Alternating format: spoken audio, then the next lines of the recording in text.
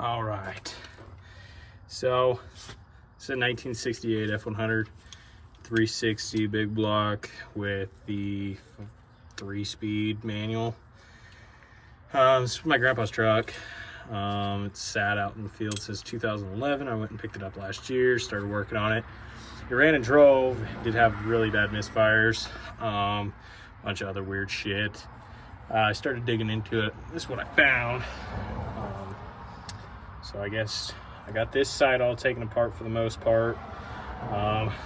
This distributor is being a pain in the ass. I cannot get it to break free. So I'm gonna have to throw some penetrating oil on that and let it sit for a while. But we're gonna strip this other spot. I'm gonna film it for you guys. Super easy. 14 mils for these guys. Those 4 bolts there come out, and you can get to those push rods, pull them straight out. This side, the push rods are all still good. They did have a little bit of pitting on them. Nothing that's gonna hurt it at all. So I might be able to reuse the stuff on here. It just depends on how this side is. If not, we're just gonna go to aluminum heads and roller rockers and do a bigger cam or something, you know? Give it a little bit more power. But as of right now, I'm gonna go ahead and time lapse this for you guys and we'll get started.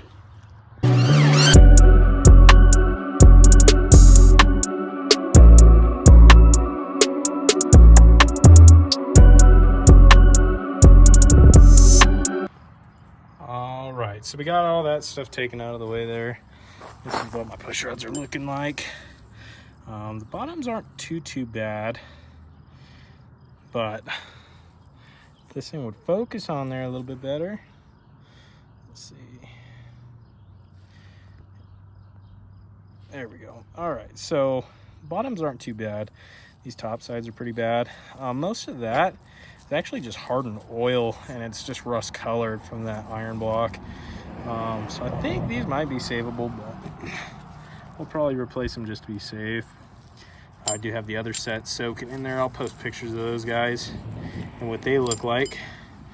But yeah, that's that for that. I'm gonna go ahead and tap on these valve springs, make sure none of our valves are stuck. And then I'll start getting all these bolts off of this intake manifold, and then we're probably gonna have to wait for that guy. I really don't want to break that distributor off in there because that's gonna be 10 times worse. So I'll go ahead and tap on these guys real quick on camera, and then we'll go ahead and start undoing each of these bolts here. I don't know how far I'm going to be able to get on this tonight, but we're about to find out. Well, these push rods are coming from this to this. So, I mean, these might even be good too, but those rocker arms I've got to go.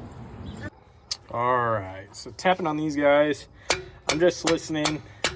You can tell if they're stuck because you won't hear any clanking. You'll hear more of just a thud. So those 2 are free. The rest of those are all free. And those are all good.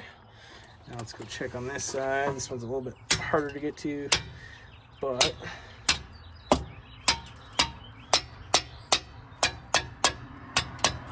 we're looking good on that one. All right, so I guess I'll time lapse these guys coming out. Hopefully, I did snap the bolt off for that freaking guy right there. So that one's gonna be a little bit tricky, but hopefully we can get it out. If not, I'm doing an aluminum intake anyways. So I'm not too worried about that.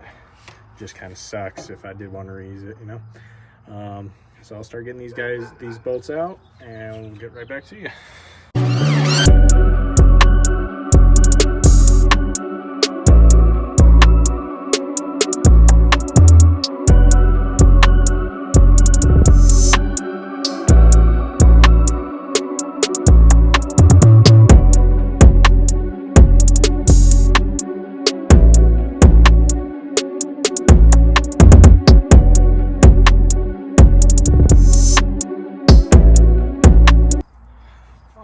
So this is probably where I'm gonna have to call it night.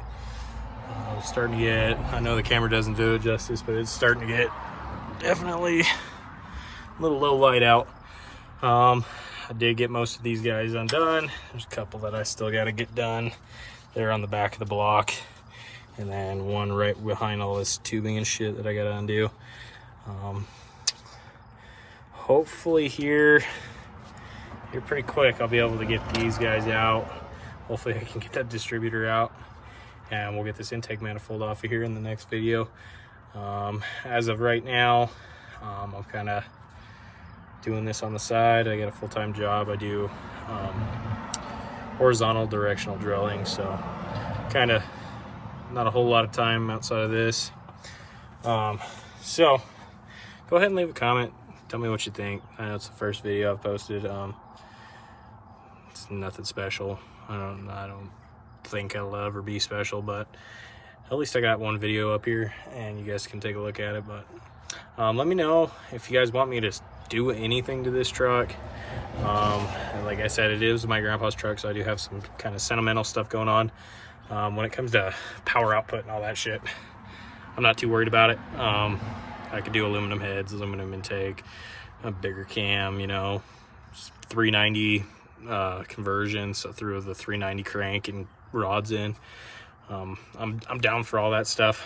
Just let me know what you guys want to see.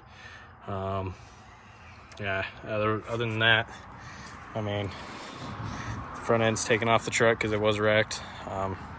It is like I said, it's a 68 F100. This one does have the full red interior. This is the custom cab, so, and 4-speed manual.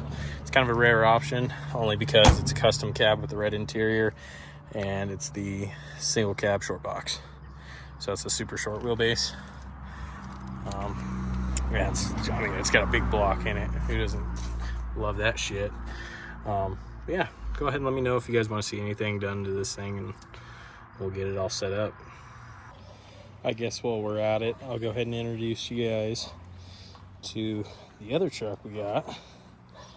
Now this one is also a 68 F100. This is the single cab long box Ranger. So it's got a couple of little options on it. Nothing special. Right now it's got the same engine as the red truck. Kind of using this as a backup. So if the more I tear into that red truck, if anything's bad on it, we'll probably just take this engine. This one is fully rebuilt, and it's got a little bit of work done to it, so we'll just keep this one on the back burner. Worst comes to worst, this engine will go in the red truck if that one's non-repairable. This truck, we kind of got some more plans for it. The previous owner got into kind of a wreck. The cab didn't get touched or anything. There's no rust in the cab on this one. But from here back, he hit a guardrail pretty good.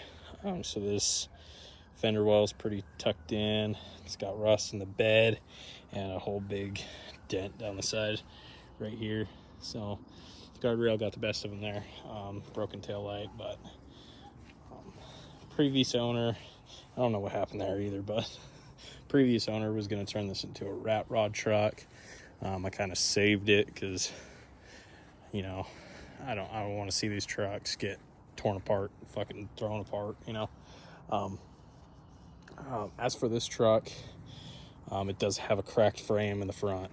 I don't know if you can see this, but the whole bumper is kind of tweaked on that one side. This frame rail here is buckled on the top and cracked on the bottom. So I kind of have kind of a goofy idea for it. They do make fiberglass bedsides and front fenders and hoods for these things. So what I think I'm going to end up doing is cutting and extending these I-beams, trussing them all in, making them all strong. Doing kind of a Baja style build, like a pre-runner. I'm probably going to 4-link the rear, back half it, change the wheelbase, move the wheel forward probably about a foot. Well, the axle itself forward a whole foot. Then we'll do the short box bedsides on it. Whether or not I keep that 360 will determine what we're going to do with it. So if that 360 has to go in the red truck, I do plan on doing I know all the Ford guys are gonna fucking hate it, but I'll probably do an LS swap, throw a 5.3 in there, or a 6.0. You know, just it's the dedicated fun truck. I have no other use for this thing. I got it for free, so there's not much going on there. As for the interior on this, I'll probably keep the interior just the way it is. I'll just do the frame around the interior, because this one is damn near perfect. Even the seats, you know, they're still freaking perfect. Gauges, all that. I know it's really hard to see in video. It's kind of dark out tonight. But I mean, headliner's still in it. So I'll just kind of tuck the cage up as far back as I can. And then I'll do a flat one from right about here all the way across the top of the dash. That way I'll be able to keep this dash and everything in there. I'll do the Dakota digital gauges if I do the LS swap. I do want to keep it street legal, so I will be able to daily drive this one. I mean, other than that, this it's got a little rust in the firewall. This front cab mount has seen some better days, but I can get a patch panel and put on there and clean it all up, make it look halfway decent. Not that this is going to be, you know, a street rig. It'll be mostly off-road, but yeah, other than that, I mean, this is the other project we got going on. We'll probably bounce around, working on the red 68 over yonder and bouncing over to this one. On a side note, the only cool thing that the previous owner did do to this truck is this freaking bicycle. Shout out to him, because he obviously didn't know how to weld, and